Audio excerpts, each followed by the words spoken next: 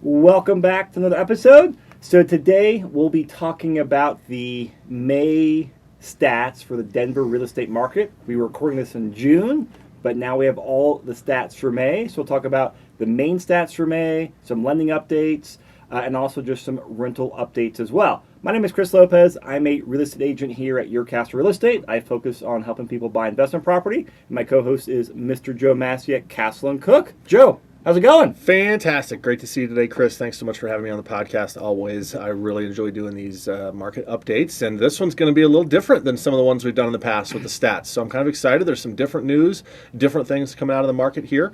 And looking forward to going through this with you. Yeah, so as everyone knows out there, right in the early part of May, the world started lifting again. You go out there, see properties, and the things picked up. So we'll dive into the stats here. If you guys want all the details, all negative details, click on the link in the show notes. We got all the images and links and numbers on the show notes. But Joe and I are going to touch on the very high-level points to kind of give you the pulse on the market. So, let's talk about the new listings. So in May of 2020, there were 7,300 new listings put on the market, and a year ago there were 8,796. So we're seeing 17% listings of May 20 compared to May 19. 17% less. Sorry, what did I say? You said listings. 17% less, fewer listings. Thank you. Yeah. And then comparing the new listings to April, though, going prior month, and April is really everything just locked down, there were 4,600 and change new listings on the market. So we had a huge increase of 56% going from April to May. Active listings here at the end of May of 2020, 7,200 approximately. A year ago, we actually had more, about 8,900 listings on the market. So we're seeing about a 20% reduction year over year in listings. So Joe, when you hear those stats that, hey, there are less listings and less inventory compared to May 19 to May 20, or May 20 compared to May 19, what does that say to you? Yeah, so this tells me that we are still in a massive housing shortage. All right, a year ago, we had 8,900 homes listed for sale in the Denver metro area. Now we have 7,200 homes listed. So that is 20% reduction in listings available, 20% reduction in inventory out there. We've got a corona crisis, we've got a pandemic that's going on right now, or we're slowly creeping out of. But people are worried about, oh man, we're going to see that, there's going to be foreclosures and prices are going to go down. Well, none of these indicators point towards that. What these indicators point to is continued growth, continued shortage of inventory, continued appreciation of properties. There's simply too many people moving here, too many people living here, too many people that need a place to live, and not enough homes for them to go live in. So these reduced inventory levels are remaining at the forefront of what's driving our market. And so if you own property out there, I think it's a great time to continue to own property. And then moving on to the next point here, pending sales or properties that are under contract. So this is a big increase from April. So April we had just under 3,200 properties under contract. At the end of May we had 6,800. So that's a 115% increase. Now May 19 we're at just over 6,000. So the thing there is just this huge upswing from April going into May, which shows to me is that, while the world did slow down quite a bit in April, we still had a lot of properties under contract in April, but fast forwarding to May, all that pent-up demand, man, it came out of the gates. It was right around, May 10th or so, Right around then. It was just like, holy smokes, what happened? Someone just turned the fire hose. Multiple offers, people showing properties. You couldn't get a property in time to go look at a property, or get a showing in time to go look at one. Yeah, what I'm seeing is this chart and this data indicates to me what we said anecdotally 45 days ago. And what we said back then was, hey, we're going to close the same number of transactions in 2020 as we would have without the pandemic. The only difference is we're going to take about 60 days off from from March 15th to May 15th, when transactions are going to be super far down, super low, and that's what we're seeing. There was only 3,200 sales in April. But we're going to take that 60-day period, and we're going to move the spring selling season back by 60 days, and that's what we're experiencing. May 15th all the way now to June 15th, we are picking up, and you've just shifted the market back 60 days. there's going to be just as many sales, maybe even more sales in the second half of the year as we would have seen without the pandemic. So I think this is an indication that we're still in a very strong market, very good time to own real estate, very good time to buy real estate before it's more expensive tomorrow, next week, next month, next year. And the average and median price, this tells a very interesting story, and it's something that we've discussed in a few podcasts in the past. The average closed price was $496,000 last month. Now a year ago, it was $502,000. So the average price actually declined 1.3%. Now the median price went up from $430,000 last year to $439,000 in May. So we're seeing an increase of just over 2%. Now, remember, averages are where you take all the numbers, add them up, and divide them by the total. Median is where you pick the number right in the middle. And Joe, we've talked about this on previous podcasts, but the reason we're seeing that average price drop is because the higher end properties, the more luxury style properties, they are not selling like they used to. Yeah, it's more difficult to get financing for a larger property, right? So we're not selling as many $1 million properties. We're not selling as many $2 million properties right now. We're selling more properties at 200, 300, 400, 500,000. We're not selling things at $1 million, 1.2, 1.3. So that average price appears to be going down, but that doesn't mean your property is depreciating. It just means we're selling more properties at the lower end of the market than we are at the higher end of the market. And I mean, I haven't seen any emails recently about the jumbo loans, and I know the jumbo loan market really seized up there a couple months ago. Is it still? It's still Not pretty functioning? tight. No, it's functioning. We actually have a new jumbo loan program that we're rolling out on Monday, which is going to be very beneficial. And for us, we've never even stopped doing jumbo loans. We've had to make some changes in how they work, make some changes in requirements, but we've been doing them all along. So clients looking to buy those $1 million, 1.2, 1.5, we've got options out there. Maybe just a little bit tighter criteria than there has been in the past. Okay. And the last thing we'll talk about on the data points here is just the close price to the list price. So this is, hey, if the property was listed at $100,000 and then it closed at $99,000, that would be a 99% close to list price. So it kind of shows you, hey, we were listed at this, where do properties close at? So at the end of May, we were at 99.4%. So 0.6 of a point, that's a whopping discount there, huh? That's not very much, man. On a $300,000 property, that's what, like $1,800? Yeah. That's not a lot. So I almost think that's a rounding error. The difference between a year ago versus now, that is not a meaningful change in the market. A year ago it was at 99.7%. And again, that's what, 0.3 of a point? That's nothing. Yeah, $900 difference. Yeah. That's nothing. And this just goes on with the other data as far as low inventory and all the other news out there, all the other stats out there that yes, we are through some really weird, uncertain times, but due to the lack of inventory and the still strong demand we have, properties are still selling right around list price. And for properties that are well marketed and well priced, as the story's been the last couple of years, they're going over asking with multiple offers. I mean, a lot of the properties we're buying, we're still going in over list price. Yeah, I got a property under contract this past weekend. There were 12 other offers, and we got narrowed down to one of the last 3, and then spent a lot of time working with the listing agent, answering their questions. Buyers did revise their price up even further after their initial offer, and we were able to win that contract, but the property was listed at $450. We finally ended up going under contract at $472. So about almost a 5% premium, right? So compared to what we see up here, prices are selling at 99.38. That one is at like 104.5. Yeah. Right? So think about that. You're going to have to bid up some properties if it's a really competitive property. So don't be afraid to do that. And the last data point I want to talk about in the market is the showing trends. And this is data that Your Castle collects on their internal listings with their brokers who have properties listed. And so, throughout the year, starting in January and February, showings started off really strong. We actually had more showings per property than we did in 2019.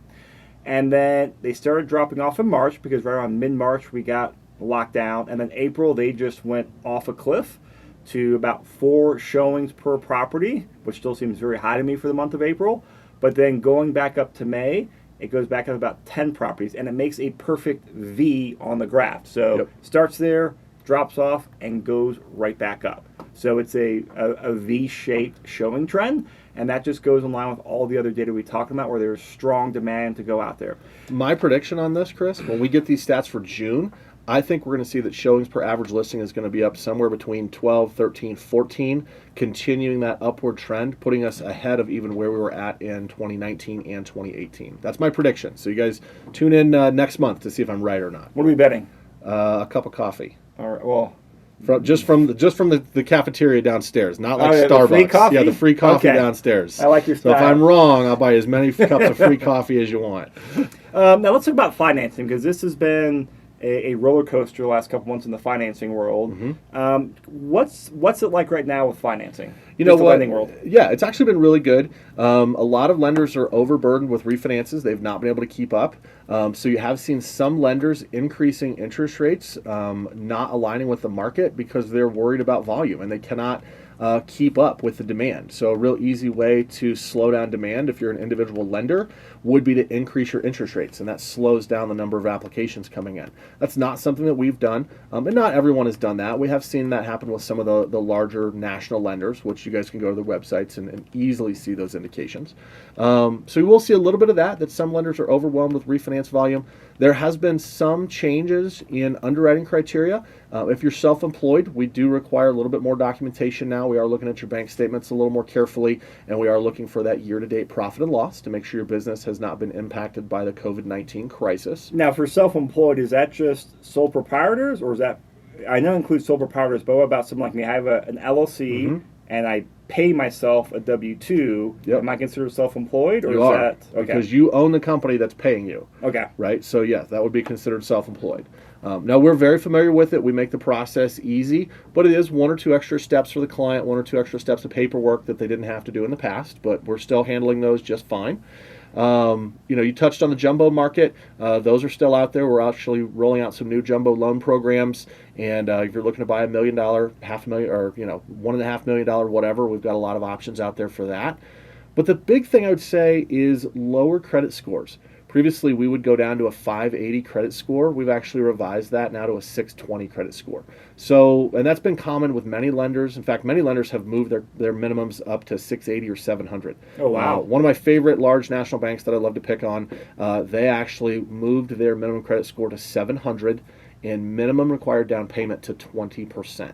So if you're working with a lender and you're pre-approved and you're out looking at properties, make sure you call them and make sure your pre-approval is still valid, because nothing might have changed in your situation. Your job is still the same, credit's still the same, you have your same down payment, but your lender may have changed their criteria, especially if you got pre-approved 60, 90 days ago. Double check with your loan officer, hey, is my pre-approval still valid? Did anything change? If it did, that might mean you have to change lenders, or you might need to just get some updated information from that lender. But overall, for us, things are going great. We're still moving forward at our normal speed, normal pace. Purchases are closing in our regular time frame. I think more than anything, you just need to be diligent in interviewing your lender, vetting your lender, make sure they know what your time frame is, make sure you know that they can accommodate your time frame, that they can truly perform and get your transaction closed on the date and time that you need. So with the, between like people losing their jobs and now tighter lending requirements, how much of the buyer pool has been knocked out? Sure. Not a lot. Maybe 5%, maybe 10%. Do you think is Denver nationwide pretty similar on the I people think so. Okay. Yeah. Because let's say you have 100 people and they're sitting on top of the table, right? And we're going to say, hey, you know what? Anybody in between a 580 credit score and a 620 credit score that's actively looking to buy, those people are no longer going to qualify. So let's just pick a number, and let's say that's 5% of people. All right, and now let's say, hey, you know what? Self-employed people that their business has gone on a decline due to COVID-19. That's going to be another segment of people. Let's say that's 5% of people. All right, so that's 10% of people that are going to come out of that buyer pool. But this has made an opportunity for some people to get back into the buyer pool. Couple of things. A lot of people are out there thinking, hey, there's going to be a decline in prices, so it's a great time to purchase an investment property. So we have a lot of investors that are getting off the fence and getting back into the buyer pool. So maybe we had 10 people come out of this buyer pool of 100 people, but we've had 10 other people from over here that are now interested in buying because the market conditions seem good for them. All right, so we've got people coming in. So I think you maybe have 5 to 10% of people that used to be qualified that now can no longer be qualified. But I feel like that 5 to 10% of people has been replaced by well-qualified buyers that are getting back in because they feel it's a good time. I didn't even think about the other side of the coin on that. Yeah, so I don't think there's going to be a big change in the supply and demand. I think we still have not enough supply, enough inventory, too much demand, too many buyers. And even if we did have a reduction of 50% of the buyers, we would still be in an extraordinarily strong seller's market. Yeah. So I actually want to loop back around a question here for you on the self-employed stuff. So for people that like received the PPP, the Paycheck Protection Program, which is geared towards small business, help them do payroll. I mean, does that matter in the underwriting? It does. It does not. It's not an automatic killer. It's not like we look at it. Hey, say, hey, you got an SBA loan, you're out. We just want to see what happened. You know, did your business slow down? You own a restaurant. Okay, your business slowed down. Is your restaurant back open? Let's see what's been going on. Are you back open? Are things going well? I'll give you a real good example. We have a client who owns a Golden Corral, right? His business has been massively impacted. Unfortunately, his business is still closed. So he currently does not have the ability to repay the loan. So we can't give him a new loan right now because his business has been massively impacted. I have another client who has a trucking company, and he got the payroll protection plan loan, and his business has actually increased because he's doing more deliveries for Amazon, more subcontracting for UPS, FedEx, etc. So his business has increased. He got that payroll protection plan as a stopgap, and we looked at it, looked at the most recent couple of months, looked at the profit and loss. Not a problem. His business is growing. We're going to continue to move forward and do his new loan. Cool. Yeah, so it's not just a killer on your transaction. One more question here on this is, what's the latest on forbearances? Yeah, forbearance. National average is about 8.5% of people have gone into forbearance. For those not familiar, forbearance means putting your payments on pause for 90 to 180 days. And it's a pretty complicated process to get out of it. Most people are going to have to pay those 3 months or 6 months in that next month when it's due. There are some options to add that forbearance as a silent second that you would pay back whenever you refinance or sell the property. But the biggest impact of forbearance is it's going to prevent you from getting new loans in the future. You're going to need to make your payments for a minimum of 3 months, but more likely 12 months after your forbearance plan before you can qualify for a new loan. So let me ask, because I've seen a bunch of headlines and some emails saying, hey, they've now dropped that 12-month requirement to 3 months. So is that a guaranteed 3 months? Because you said 3 to 12. Yeah. So you've got to get from the modification, or pardon me, from the forbearance into a modification, and then make 3 months of on-time payments. Well, modification doesn't just happen at the snap of a finger, right? So you've got to go through that process from the forbearance, get your loan modified to where, hey, we're going to catch up on our payments, or we're going to have those payments added to the back end of the loan, or we're going to get those amortized into the principal balance. There's various different options, and depending on how long that takes, once that's all completed, then you need to make a minimum of those 3 payments. So if that takes 9 months to get that modification completed, then you can make 3 monthly payments. Now you're 12 months outside of your forbearance. what's the speculation? Because I know when forbearance happened, it was just, horrendous wait times on the phone for people, I heard. And now I'm assuming as modifications start coming up, it'll be a bottleneck there. That's exactly right. Or is there any predictions as to like how big of a bottleneck it'll be? Going into forbearance required no verification of hardship. It was very simple. A lot of servicers just set up where you would call in and go through automated prompts, and that process was pretty easy. The modification process is going to be more complex because you're going to have specific choices about how you want to do that modification.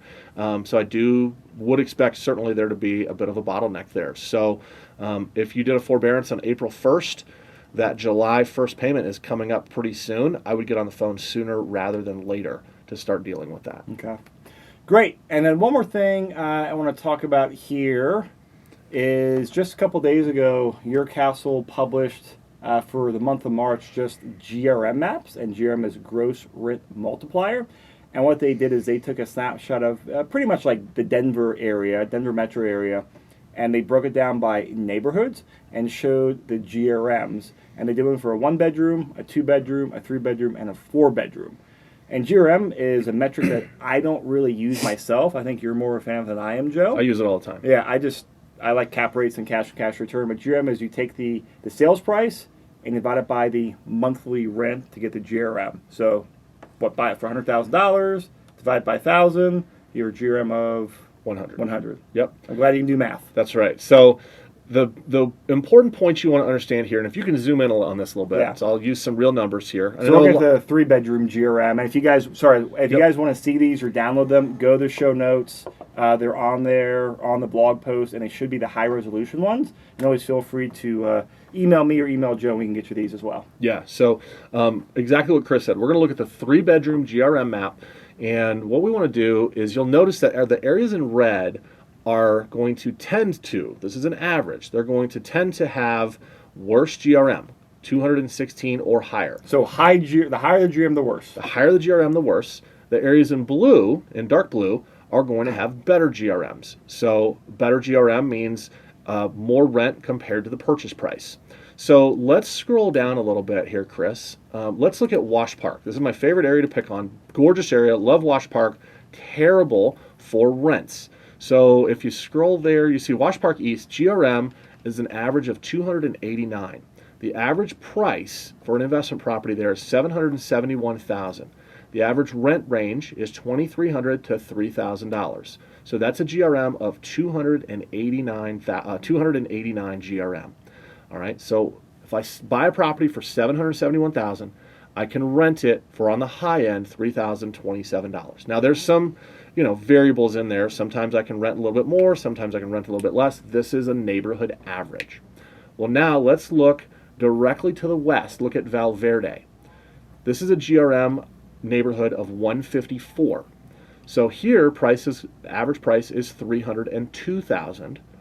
Top end of the rent range, $2,256. So compare that for a second to Wash Park. Wash Park, I can buy it for $771,000 and rent it for $3,000. Valverde, I can buy for $302,000 and rent for $2,200. Now, it's not as much in dollar amount for rent, but I'm paying less than half for the property. All right, so that's what this map is indicating. On average, the areas are in blue are going to be areas that are good for rents, where you're going to get strong cash flow as compared to the purchase price. Now, there's always going to be outliers. I love it when people bring me a property like, I found a 110 GRM and it's right here in the 252 GRM block. I'm like, yes, I know. It doesn't mean, it's not the end all be all. These are like our price change maps. They are averages for your neighborhoods. But investors out there, house hackers out there thinking about where you want to buy, this might be a good place to start rather than just throwing a dart at the entire map of Denver and saying, this is where I'm going to pick. Download this map, look at the areas that are in dark blue, and let's start with those areas.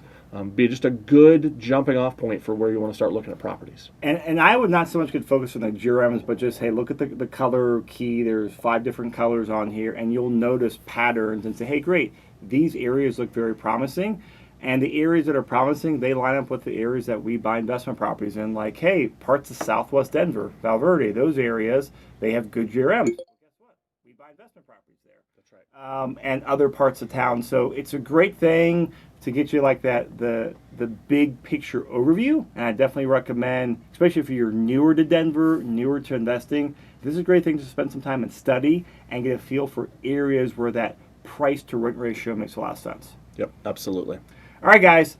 So we will wrap up this podcast. Remember, all the data, maps, show notes, are the show notes. Click the link to go there. If you have trouble with the maps, email me, email Joe. We'll get you the copies. But thank you for listening. Let us know if you have specific questions for the next month. We want to hit on stats, rental trends, which we're covering at different podcasts with the property managers, and of course, lending updates. So, Joe, thanks for joining me today. Chris, always appreciate it, brother. Everybody out there, have a great week. Stay safe, and we will see you next month.